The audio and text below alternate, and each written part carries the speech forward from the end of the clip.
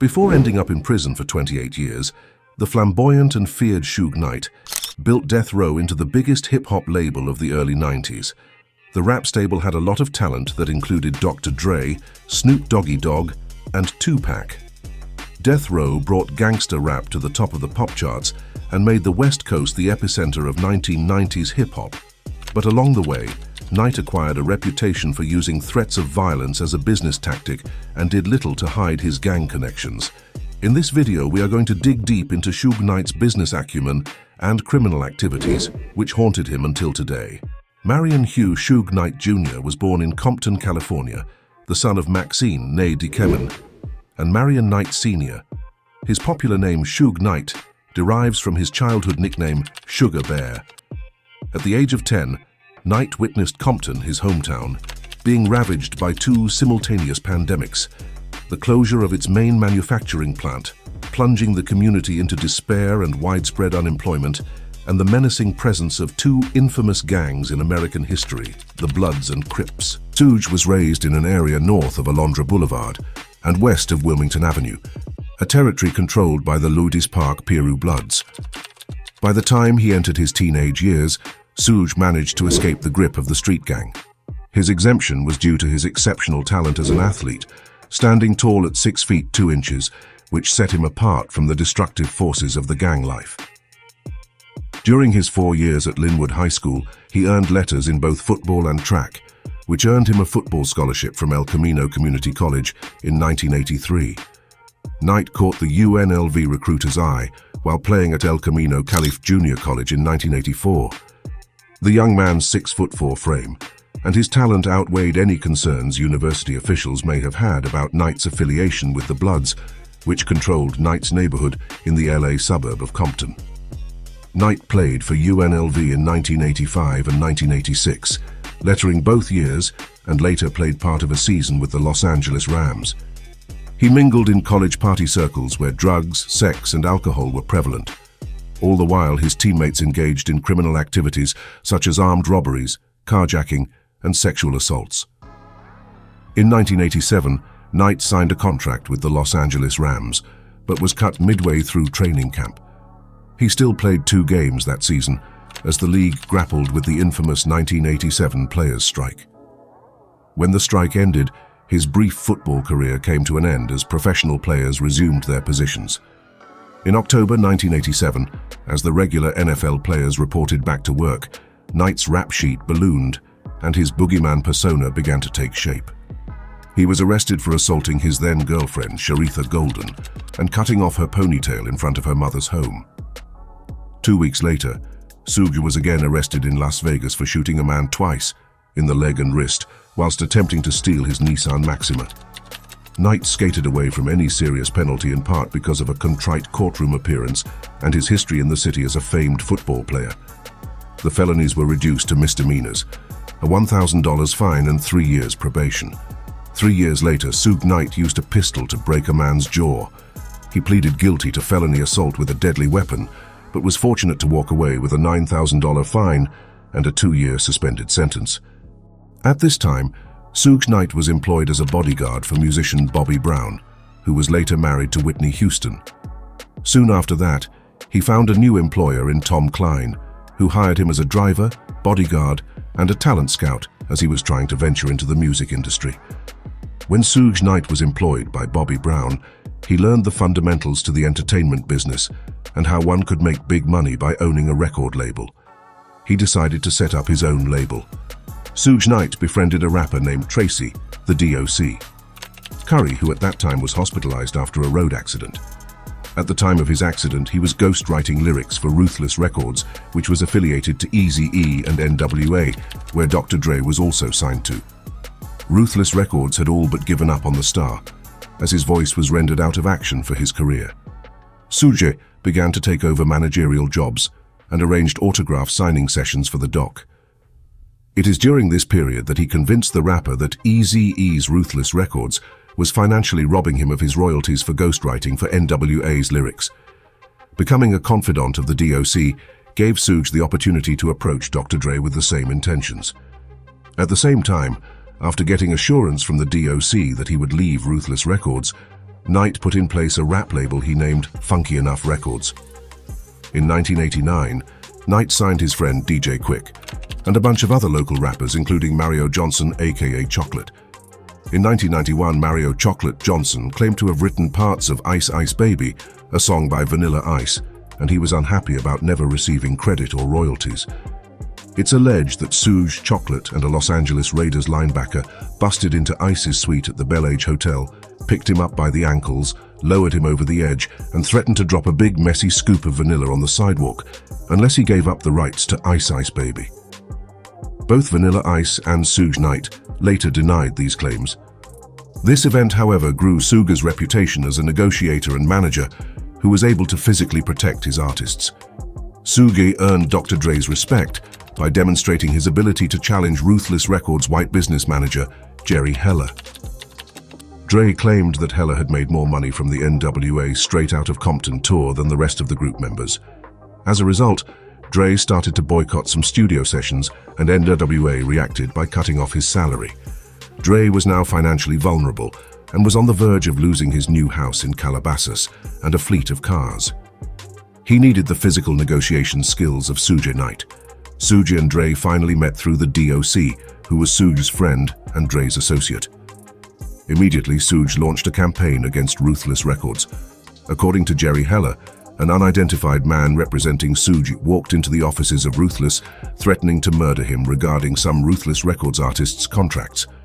Suge also phoned Heller's assistant, Gary Ballin, threatening him before he walked into Ballin's office one day with a crew of Blood Gang members forcing him to sign an apology to Dre's girlfriend Michelle Le, who was at the time a ruthless R&B artist, for disrespecting her. Relentlessly targeting Ruthless Records, Suge persisted in his efforts to secure the contracts of their artists. Heller at first resisted and didn't bow down to the request. Undeterred, Suge forcefully entered Heller's corporate attorney's office, rifling through file cabinets until he uncovered the contracts. Discovering proof of Heller and Eazy's deception, cheating artists out of their rightful earnings, he promptly informed Dre and DOC. On April 23, 1991, Dr. Dre called Eazy E and informed him that he wanted to meet him at the Solar Records studio to iron out the issues.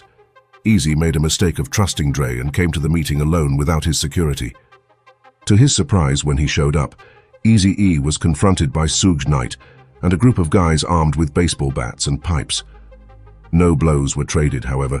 Suge allegedly told Eazy that he knew where his mother lived and got him to release some of the artists who were signed to his record label. Dick Griffey, head of Solar Records and owner of Soul Train TV show, had encouraged Suge Knight to secure the employment of Dr. Dre with the promise of commissioning Dre for the production on the soundtrack from Sony Records' new movie, Deep Cover, starring Lawrence Fishburne and Jeff Goldblum. With Suge's contacts through defense attorney David Kenner, the seed money to launch Death Row Records was allegedly funded by silent partnership of a Californian drug kingpin named Michael Harrio Harris and small contribution from his associate Patrick Johnson. Working with gangs like the Bloods and Crips, plus the Colombian cartel, Harris oversaw a nationwide drug trafficking operation that brought in nearly $2 million daily. Michael Harris was David Kenner's client. Kenner facilitated the $1.5 million deal during his prison visits to Harris, who was jailed at Tehachapi State Prison for kidnapping and attempted murder. The deal agreed at that time was that Knight and Harris would both have 50% ownership of the record label, and Kenner would form the Death Row Records Corporation. Kenner, however, came up with a contract that gave Suge Knight control of the day-to-day operations, while Harris, who had injected the capital seed of $1.5 million, would only guide the company in terms of philosophy and direction. Harris later learned that he was ripped off the deal in terms of profit sharing and control. Sooner than later, Knight and his partner and attorney David Kenner were entangled in a nasty and costly legal dispute involving Eazy E's Ruthless Records and Sony Corporation. For Death Row Records to start hitting the ground running and make records with Dr. Dre and other artists Suge had controversially taken from Ruthless Records, they needed money to fight the legal battles. They got a relief in late 1992 when they were given a $10 million injection by Jimmy Iovine and Ted Field of Interscope in exchange for distribution rights of their records. A final nail on the coffin to eliminate Michael Harris was when David Kenner filed articles of incorporation for Death Row and listed Suge Knight and Dr. Dre as sole directors of the company. Dre began to work on his solo album, The Chronic with Long Beach and Compton Talent joining the Row. His album earned double platinum profits for the company in 1993. The debut album of Death Row's newest gangster rap artist, Snoop Dogg, the Doggy Style album, also went multi-platinum. By the end of 1993, which was a complete first year of Death Row Records in business, the company had grossed more than $60 million in sales. This made Knight the most powerful and formidable CEO in hip-hop. The label now had a reputation of being a gangster rap record label, which was owned by real-life gangsters. The album release party for the Chronic album was done in a strip club where guests were served with cakes iced with marijuana leaves. Knight was now traveling with an entourage of hardcore gang members. When Suge Knight's former teammate and friend at LA Rams, Darrell Henley, was suspended from the team for drug operations allegations, Knight employed him as his personal general manager. Suge Knight positioned himself as the scariest record label executive around. Death Row's new designed logo was that of a man strapped in an electric chair with a sack in his head. Knight also publicly proclaimed his membership to the Bloods gang and even employed armed members of the gang as his personal security.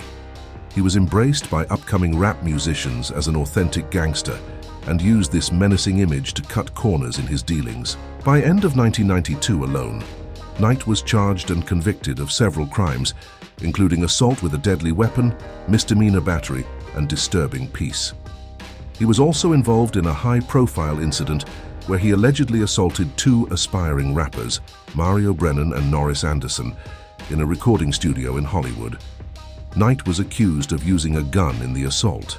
This incident played a significant role in establishing Knight's public image as a powerful and controversial figure in the music industry. Thanks to his attorney David Kenner and Johnny Cochran, Knight received a 5-year suspended sentence and did not go to jail over the matter. By this stage, proving that bad publicity created positive energy in the rap business.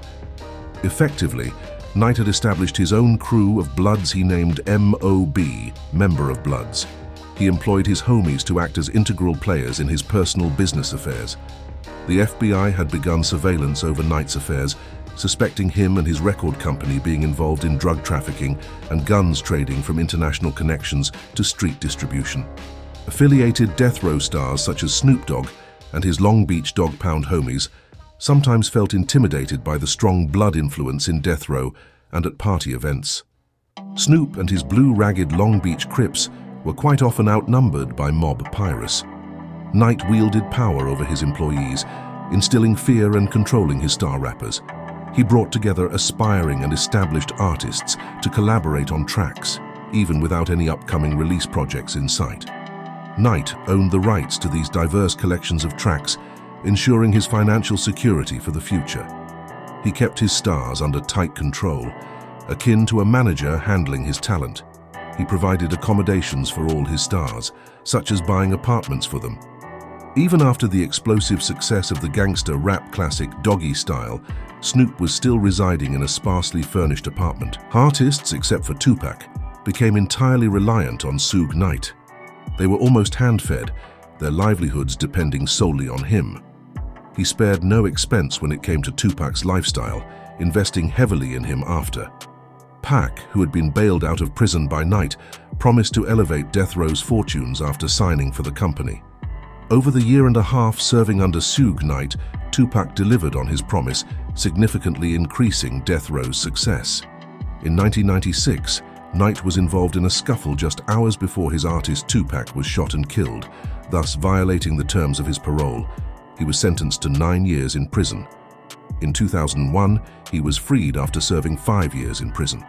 As part of his parole conditions, he was not allowed to contact his former partner, Dr. Dre. In December 2002, Knight was arrested for violating his probation after moving to Malibu without notifying his parole officer. He was also found to be consorting with known gang members. He was released after 61 days behind bars. In 2005, Knight was pulled over for an illegal U-turn, leading to the discovery of marijuana. This violation of his parole resulted in a week-long jail stint and 2 months of house arrest. Later that year, at a Kanye West MTV Music Awards party in Miami, Knight was shot. He filed a lawsuit against Kanye West alleging mental and physical damages, including surgery costs. In February 2014, Dr. Dre filed a lawsuit against Suge Knight and Death Row, seeking $3 million in unpaid royalties for the music he produced while associated with the label under Knight's leadership. Dre claimed that the company owed him $1.2 million in artist-producer royalties, $1.1 million in digital sales, and $676,000 in unpaid mechanical royalties. Shortly after, Knight was shot once again, this time at a pre-MTV VMAs party hosted by Chris Brown in West Hollywood. Despite sustaining 6 gunshot wounds and undergoing surgery, Knight survived the attack. Unsurprisingly, he refused to cooperate with law enforcement. In a separate incident, Knight was arrested in Las Vegas on charges of second-degree robbery and driving with a suspended license. He and Cat Williams were suspected of a Beverly Hills robbery where they allegedly stole a camera and caused minor injuries to the photographer involved. In 2015, Knight is arrested on suspicion of murder over a fatal hit-and-run incident that left 1 man dead. He turns himself into LAPD. He's later hospitalized for a possibly fatal blood clot. Knight was sentenced to 28 years in prison on October 4, 2018 for the hit-and-run incident. He pleaded no contest to voluntary manslaughter. In this incident, Knight struck and killed Terry Carter, a businessman, with his truck in Compton, California. Knight's sentence also includes time for the voluntary manslaughter conviction, as well as an additional 6 years because it was determined to be a third strike violation under California's 3 strikes law.